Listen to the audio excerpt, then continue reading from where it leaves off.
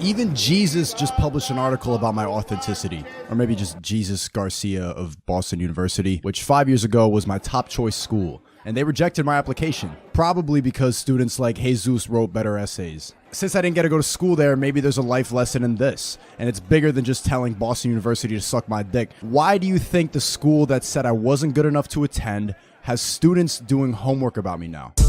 Although it takes him a while for him to upload a video, it's clear that each one is raw and full of his own personal thoughts and beliefs. Even as he acknowledges that he might be wrong, from a very young age, Sneako has kept his content real and understood that having flaws isn't necessarily a bad thing. Sure, as many of us, his opinions have changed, but he has never backtracked and deleted an old video just because of the backlash. It is because of this that his audience feels like they have grown up with him.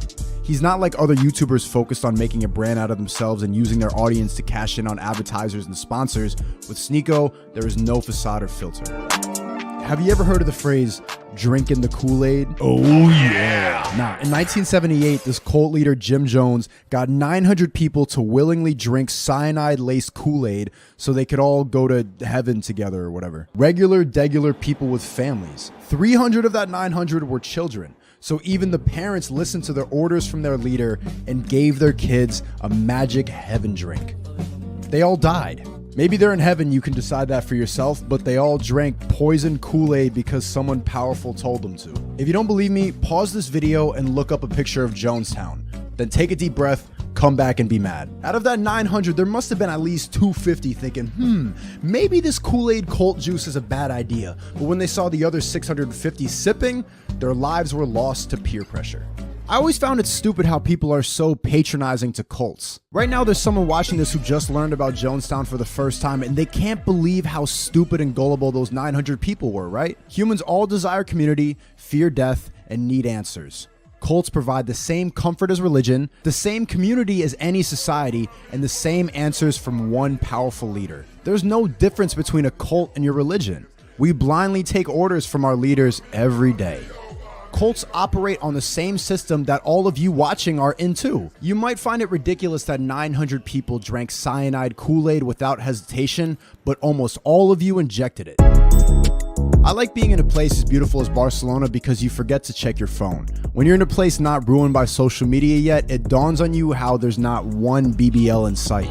People don't try to be anything they're not here. You can actually see how TikTok has affected America on people's faces, their clothes, and their complete lack of unique personality. There's a level of brainwashing going on that we don't even understand because of how easily manipulated we are by the immediate spread of information. One viral video of police brutality was enough to get the whole world out of quarantine and into a Gucci store. Before you've had time to even think about what happened, your phone told you the right opinion.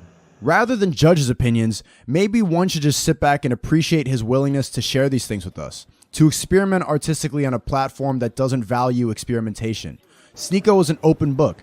He's not an example of what humans should be or how they should act. Rather, he's just a representation of what humans are at their core. Smart, ambitious, creative beings that are just a little messed up. Okay, there's a lot of stupid out there, but I get your point, Jesus. Freedom of speech is dead. Young people would rather deplatform than disagree. If you have the wrong opinion, they can slap a shiny misinformation sticker on it. The former president is completely banned on social media and nobody cares. Some smart dude will say Google and Facebook are private companies and they can set their rules, as if these apps aren't just basic forms of worldwide communication now. Censorship is happening directly in front of our eyes and they disguise it as monitoring hate speech. There's a reason we have no problem letting lizard corporations decide what hate speech is. You're okay with Zuckerberg thinking for you because thinking is hard. Peer pressure is stronger than ever, and so is people's need to be validated by strangers. Why would you think independently when you could nod your head and agree? I'm traveling Europe right now and have done meetups in London, Athens, and Barcelona, and they've all told me the same thing. I don't agree with all your videos, but I've been watching you for years. You know who else you disagree with for years? Your friends and family. That's because I don't think and speak with any other motive than being truthful. The downside is I've accumulated the same amount of hate as love. The hate sits in the comment sections because you're not supposed to be authentic online. This guy seems just a tad too confident. I kind of want him to fail. He won't be on top for long.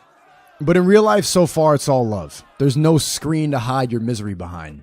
In an age of media where people come across as one-dimensional, it's nice to know that Sneako is just Sneako. To know that there is someone out there who is willing to share their deepest and darkest secrets in the form of a well-crafted video. It's a gift. Without him or people like him, it would be a lot harder to know that there are other people out there confused and hurting and thinking the same thoughts as we all are.